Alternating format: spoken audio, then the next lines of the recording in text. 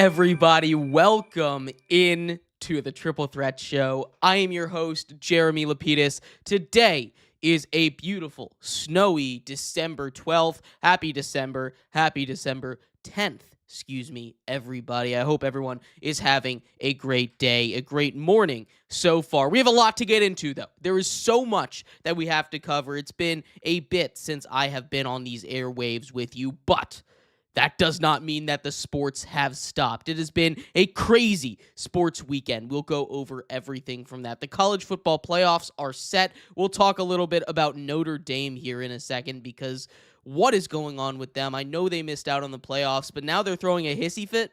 Who let them do that? The AD is mad. Different commissioners are mad. We'll talk about that in a second. We'll also go over the MLB winter meetings a little bit. The MLB offseason starting to heat up here. We have big free agent signings. We have lots of trade rumors. We'll talk about all of that, as well as a little bit of an update on the NBA standings. The Oklahoma City Thunder still have not lost a game since we started talking about them. They might not lose a game all season. We'll get you that in a second. Let's start off with college football, though. Here is Notre Dame. Notre Dame has been the big story in the sport of college football. Of course, the college football playoff bracket came out. We talked about that a little bit already. The 12 teams that got in did not include Notre Dame.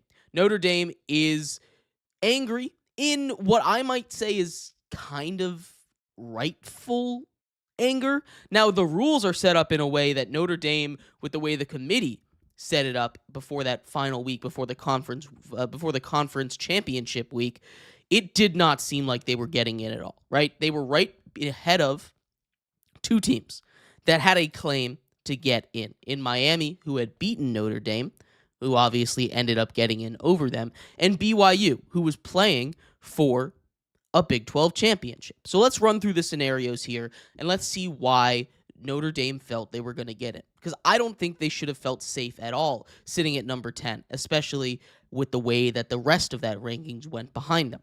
Number 11, BYU, is their only buffer between a team that beat them in week 1. And you can make the argument all you want. Head-to-head matters. That's what it comes down to. When it comes down to what the final metric is going to be, it's going to be head-to-head, especially when the resumes that they're comparing are the same. Basically the same. 44 to 45 in strength of schedule, right? They have the same record against top 25 teams. They're both 2-2. This is a really good set of teams, but you only have space for one of them. Now, they're not going to punish teams for playing in the conference championship. And as much as people want to say Alabama should have been gone, they had 3 losses. What about Texas? They had 3 losses. People were eliminating Texas with 3 losses. They played in the conference championship game. We've been over this a whole bunch of times. The conference championship game is going to go extinct soon. It just simply will. Whether that be because teams start opting out of it, or because conferences like the ACC and the Big 12 start doing things that they proposed as a 2 versus 3 as opposed to a 1 versus 2 for a play-in to the championship spot. These are all things that are possible. Or conferences just collapse and we do a Super League in 2031. The conference championship game is a relic of the past that is going to disappear. But it's still important. It's important for teams. It's important for the sport. It's important for the legacy of these schools. It's important for a lot of different reasons. So the committee is not going to put that death knell into conference championship week by getting rid of a team that loses. They're not going to put a death knell in the SEC championship by getting rid of Alabama. So the people that are making that argument, it doesn't make sense. Just simply, point blank, it doesn't make sense. Alabama was a lock to get in once they were in the SEC championship, because that's just how this sport works. If you're in the playoffs and you're in a championship game, you're getting in. We saw that with SMU last year. If they did that with SMU, they're not going to change it when it comes to Alabama. What are we talking about? People always say that Alabama gets special treatment anyway. They always say that. And you know what? They could be a little bit right about that, but it doesn't matter because Alabama deserves to be in this playoffs because they earned the right to be in that playoff position. They earned the right to be in that position to play for an SEC title. They shouldn't be punished for it. Now let's look at BYU, because this is where the real discussion begins. Because BYU, if they had beaten Texas Tech was not going to fall out of the playoffs. They just simply weren't. Texas Tech is too good of a team. They might have fallen down to 8 or 9, but they weren't going to fall out of the playoffs. BYU would have gotten into the playoffs as an automatic qualifier, and that would have pushed the last team out. That's Notre Dame. If BYU lost, and they lost big like they did, they were going to move down a spot. Down a spot, that means you immediately compare Notre Dame and Miami. Now, I understand why Notre Dame fans are mad. Because neither of these teams played. You can't jump them after neither of these teams played, but the committee is just fixing a mistake. This whole issue comes up because the committee was wrong for a long time. And now I'm a part of the contingent that says Notre Dame had a better resume when the committee first came out and put these rankings together. But Miami continued to play good football. They continued to climb up the rankings. Other teams fell. They did not. They deserve to be in the playoffs over Notre Dame. And in a vacuum, we can argue about this all we want. Whatever. That's fine. Notre Dame doesn't get in.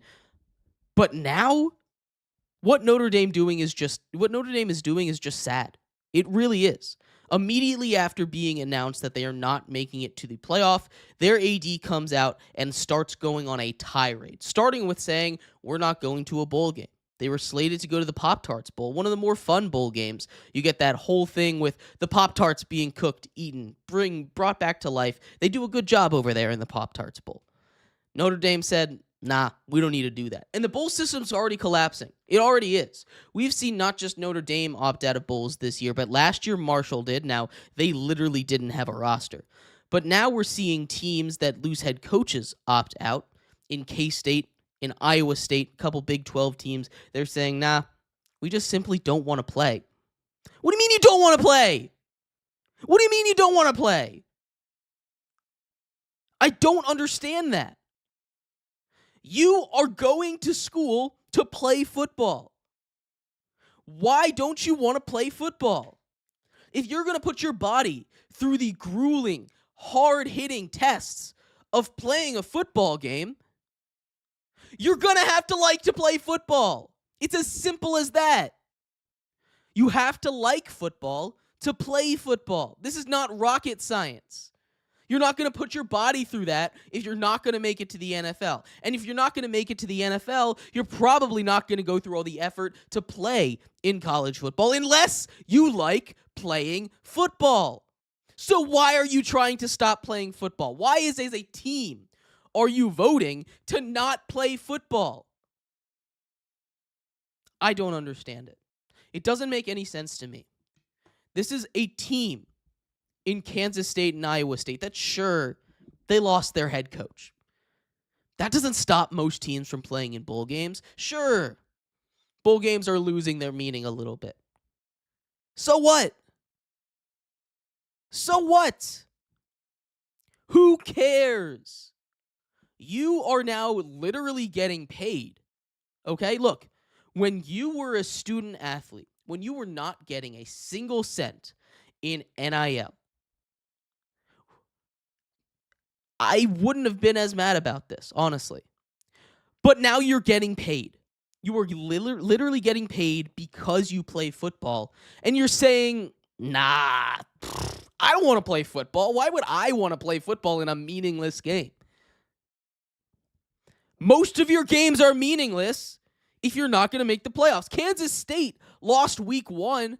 They weren't going to make the playoffs after that. They lost week 2. They weren't going to make the playoffs after that. Why didn't they just quit then? Why didn't they just quit then? It's a travesty. It's ruining the sport that these guys don't even want to play football. They're voting to not play. I can't get that through your heads enough. They're voting to not play football. They're choosing willingly. They have a choice. Do you want to play one more game of football with your brothers, with your teammates, with these guys that you've been to battle, you've been to war with? Or do you just want to say, nah, I'm going home, I'm going to go to sleep? What are we doing here? Notre Dame takes this to the next level.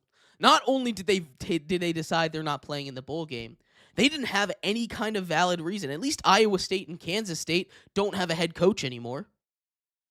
At least Marshall last year didn't have a team. But Notre Dame, they've got everything. They've got a full roster. They've got a really good head coach that's not going anywhere. And they said, screw you. Screw the bowl system. We're mad that you didn't let us in. Throw us a pity party.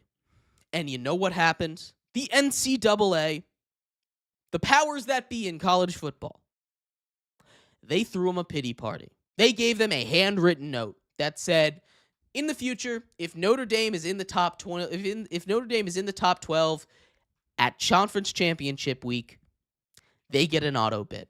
You don't deserve special treatment. You don't deserve special treat. Join a conference. I don't care about your tradition. I mean, I care a little bit about your tradition. That's fine. I understand what got you there to this independent. Nobody wanted to take Notre Dame back in the day, but now they're a big brand.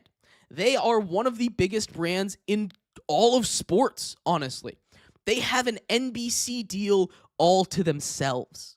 That is how big of a brand Notre Dame football is. And not only are they just destroying the future of college football in the bowl system by doing this, they are going to ruin the integrity of the playoff format. If you don't like it, join a conference. If you were in the Sun Belt, you would have won. If you were in any Group of 5 conference, you would have won. And guess what? Guess what, Notre Dame? You'd be in the playoff right now. You'd be in the playoff right now. If you were in the ACC, like you half are right now, guess what, Notre Dame? You would have won, most likely. You would have been in the playoff right now, most likely. If you, Notre Dame, were in the Big 12, you most likely would have been in that conference championship game. You most likely would have played like BYU for that conference title game. And since we established earlier, we don't punish teams for losing a conference championship game. Guess what, Notre Dame? Guess what? You would have been in. But now their AD is throwing a hissy fit. Their AD is quitting on everything. And not only that, he's throwing shots at the ACC. What did the ACC do wrong? You're not a part of their conference. I know you're a member school for all 24 of your other sports, for your Olympic sports, for basketball, for everything else. You are a part of the ACC, and you're half a part of the ACC for football. The ACC did irreparable damage to our relationship. Shut up! Shut up! You lost. Deal with it. You're not a special princess. You are not somebody that deserves special treatment. You are not this bastion of college football. Nobody cares. People care. Nobody cares this much. Notre Dame fans don't care this much. You are making a fool of yourself, of your brand, of the sport, of our intelligence as fans, and in the system as a whole. I understand that Notre Dame is a better team than Tulane. I understand that Notre Dame is a better team than James Madison. I understand that Notre Dame is probably, if we were to power rank the teams right now, the 5th best team in the country. They're one of 5 or 6 teams I think can legitimately win the national title.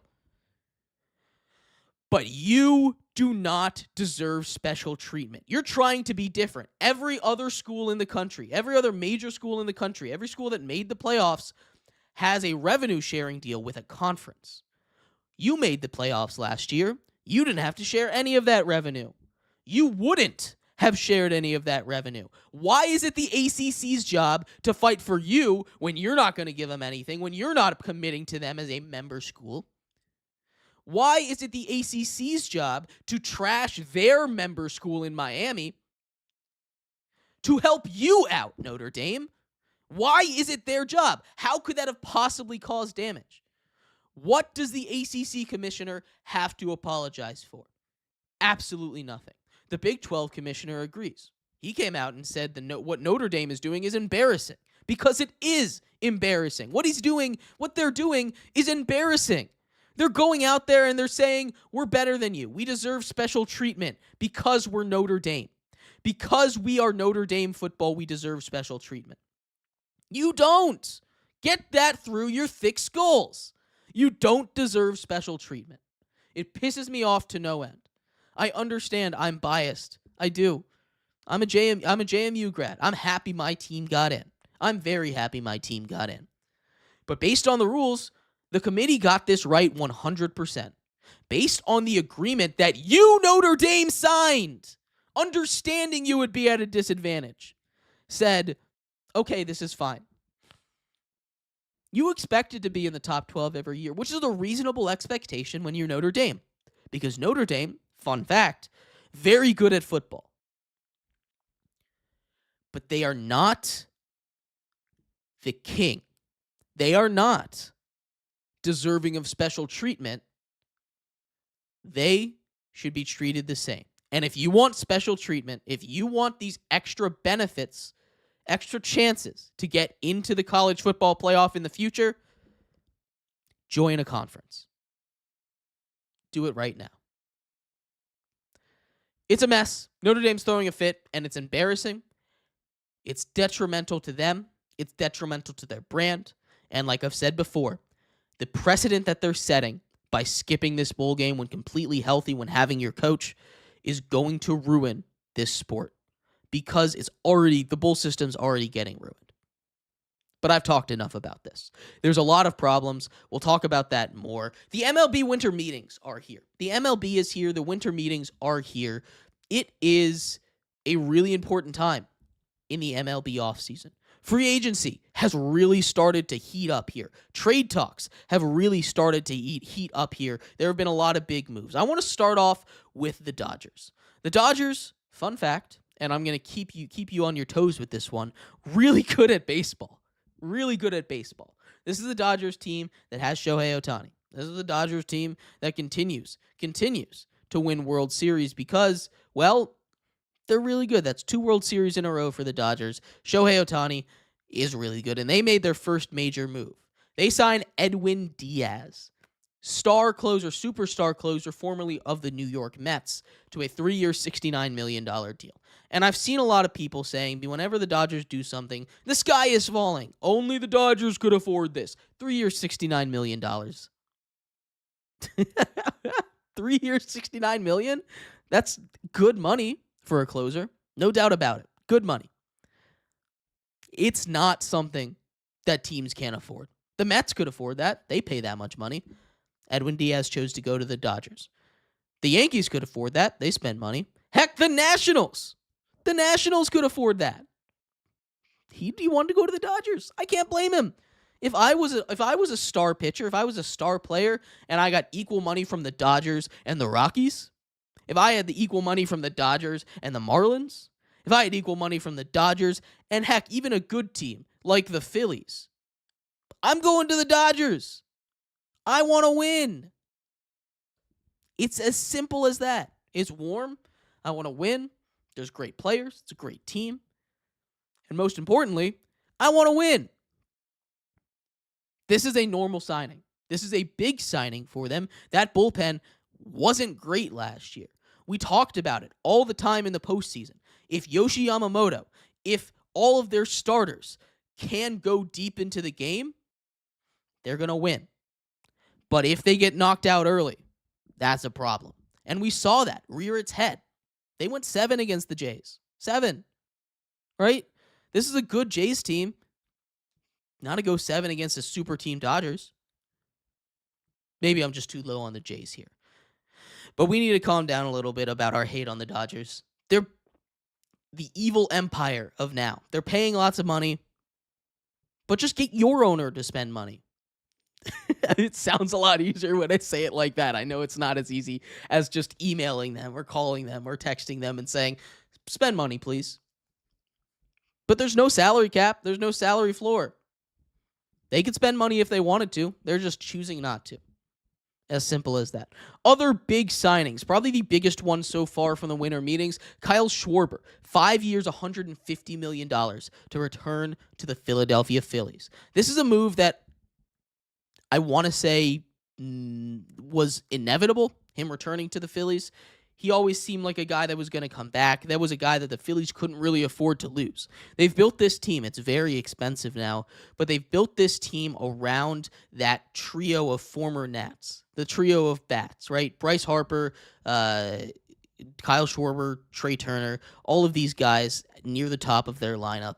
There are a lot of really great bats in that lineup, but Schwarber is the power guy.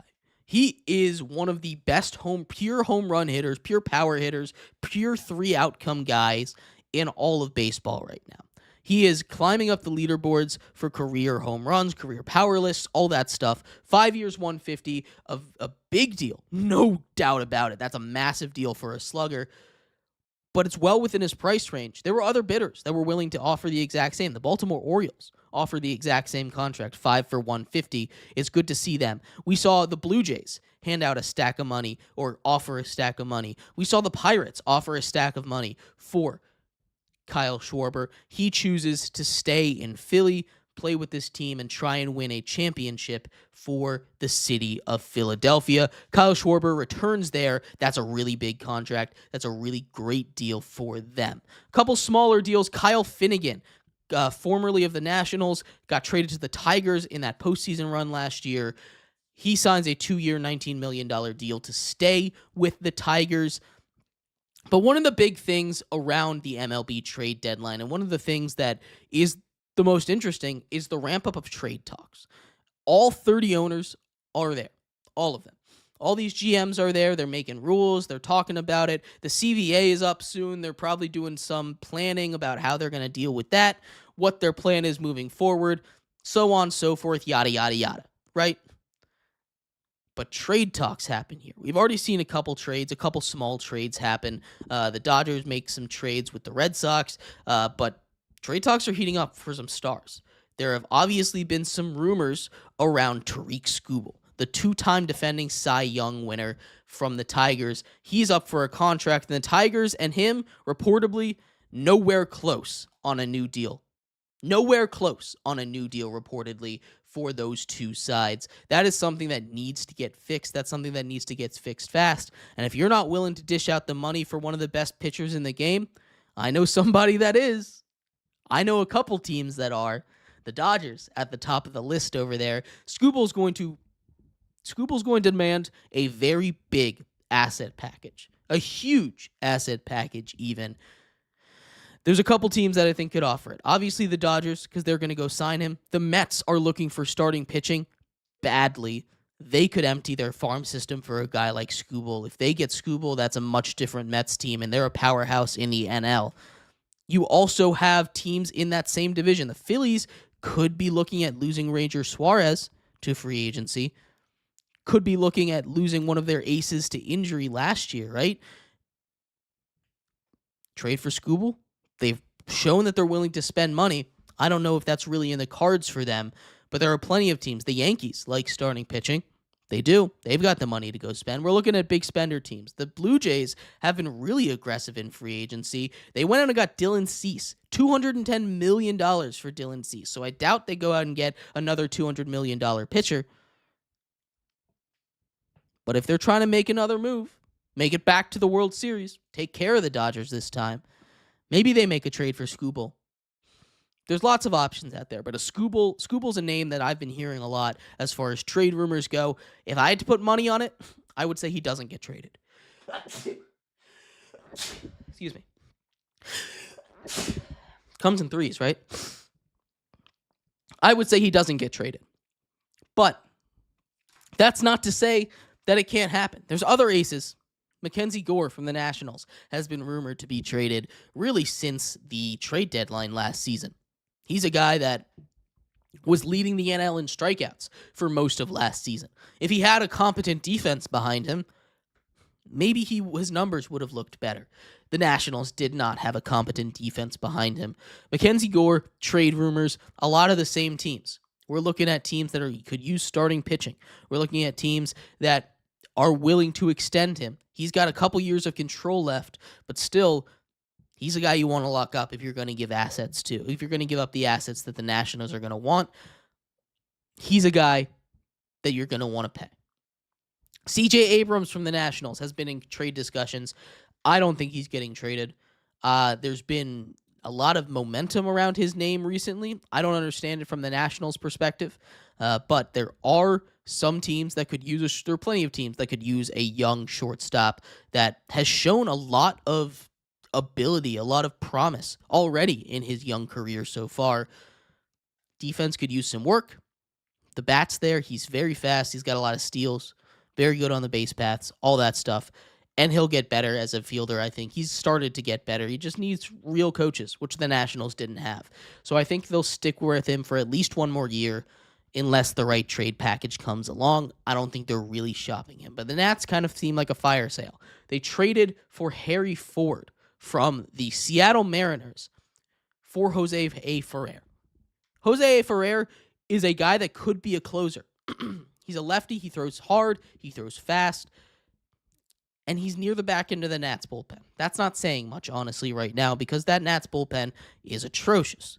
But the Seattle Mariners bullpen is not. And when you add a lefty like Jose A. Ferrer, you put him into some low-leverage situation, even some medium-leverage situations. He's a guy that could graduate into a really good closer in this league someday. He's just got to get set in those high leverage situations. And the Mariners don't have that high pressure to put him in because they already have a lot of really great pitchers, a lot of really great guys in the bullpen that they can turn to if they need to. Harry Ford is an interesting one. He's a consensus top 100 prospect. A lot of people have him, a lot of rankings have him in the top 50. He's a catcher, which the Nationals need. And Paul Taboni has said, the new GM has said that he wants to make him a catcher. Kybert has not been the answer. They signed him to a 7-year, $80 million contract not too long ago, so it's not that much money down the drain, but still, it's a lot of money down the drain for a young team that hasn't committed to anybody yet and still does not commit to anybody as far as spending money ever since winning the World Series. But there's a lot more to go over here in the winter meetings. We'll keep you updated here. I like that trade for the Nats. I know you're giving up a young arm, but they've got more arms in the system, and you get a promising catcher that, at least offensively, could make them something.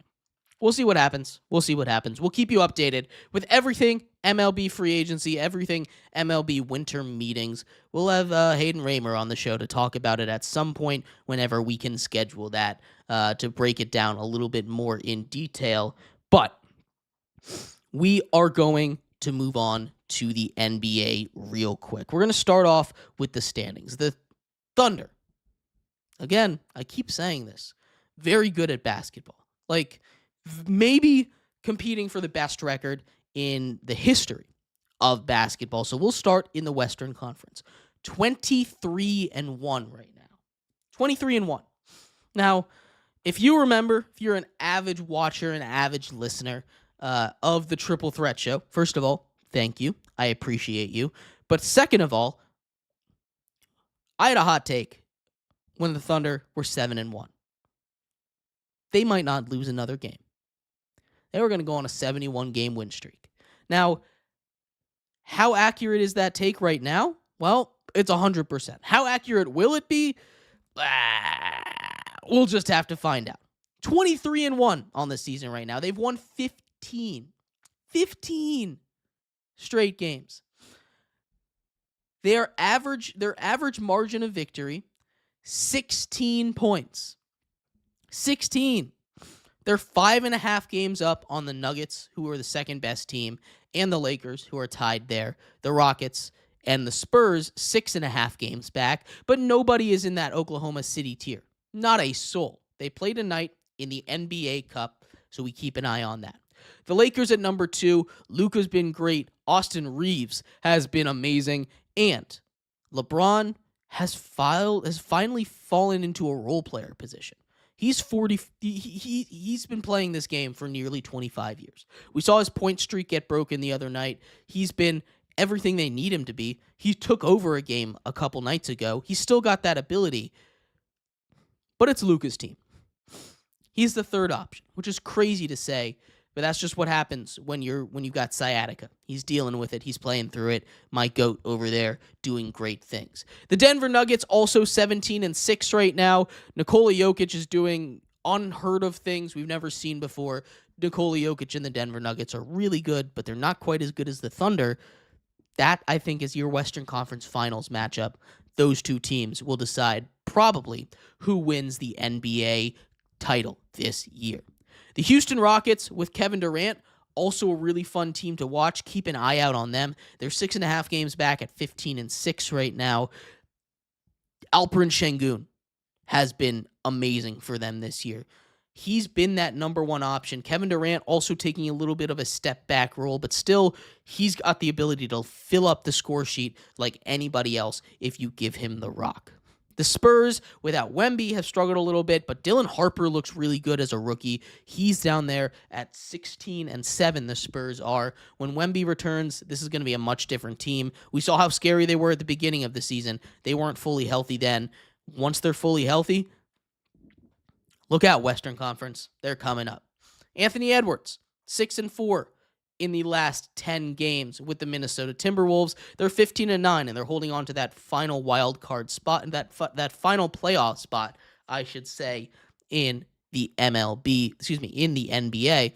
The Minnesota Timberwolves, I'm not in love with this team. I think there are 4 teams right now. The top 5, I think there's 5 teams in the West that could make an argument to get out of there. It's those top 5 teams. The Timberwolves are in that second tier with the Suns, who are playing really great basketball after trading away everybody. I loved what they did in the offseason. They're a really good team, and they're probably going to make the playoffs. The Golden State Warriors have been hot since they made some roster changes. Keep an eye on them. The Grizzlies coming back up. They're below 500, and so are the Portland Trail Blazers. It's crazy to think about how powerful we thought this West was going to be. The Clippers have really struggled. The Mavs have really struggled. The Pelicans have been awful, but shout out to Derek Queen. He has looked amazing. In the Eastern Conference, we're going to do a quick rundown because we are running out of time here. The Detroit Pistons, number 1 in the East. Shout out the Detroit Pistons. Cade Cunningham is Superman. I don't know how long you can keep it up for. Keep an eye on them. The New York Knicks, they're right there 2 games back, 17-7. At second in the East. They're really good. They're a dangerous team. They're playing better ball right now. Josh Hart's playing great. You've seen a lot from Jalen Brunson, from everyone. Really, OG Anunoby stepped up huge. Everyone is really playing great basketball. Maybe a head coach switch is really what they needed. The Celtics, all the way up to number 3 at 15-9. They're 4 games back at the Pistons right now. They've won 5 in a row. They are the hottest team in the Eastern Conference. The team with the highest win streak right now is the Boston Celtics. The Orlando Magic, Desmond Bane, that trade is paying huge dividends. They're in the top 4. The Raptors have surprised a lot of people. They're dealing with injuries, so they've dropped a couple in a row. But once everyone gets healthy again, maybe they can make a run. Tyrese Maxey and the Philadelphia 76ers holding on to that final spot in the playoffs right now at number 6. 13-10, this is where the drop-off starts to happen. They're tied as far as games back go with the Heat, the Cavs, and the Hawks. All 3 of those teams at 14-11 right now. The Cavs are really concerning me. Donovan Mitchell playing great, but outside of him, if he's not doing hero ball, that team is not hitting its groove. The Heat are fun, but I think they're starting to fade. They don't really have a true superstar that they can rely on to get them reliable buckets. The Hawks, again, a fun story, but Trae Young's not really doing, he's not there. Jalen Johnson? Woo! Watch out for him. He's playing great basketball right now. He might be that superstar. Giannis, I believe, is out. I believe he's played his last game in Milwaukee, and the Bucks are showing what they are without him. 2-8 in their last 10. They're pretty bad. They're holding to that last play-in spot. The Bulls have been winning close games, but they're not winning a lot of games. They've lost 7 in a row. They're out of the play-in. They're down there with the Wizards, the Pacers, the Nets, and the Hornets. PU. We don't want to be part of that squad. That's where the Bulls are.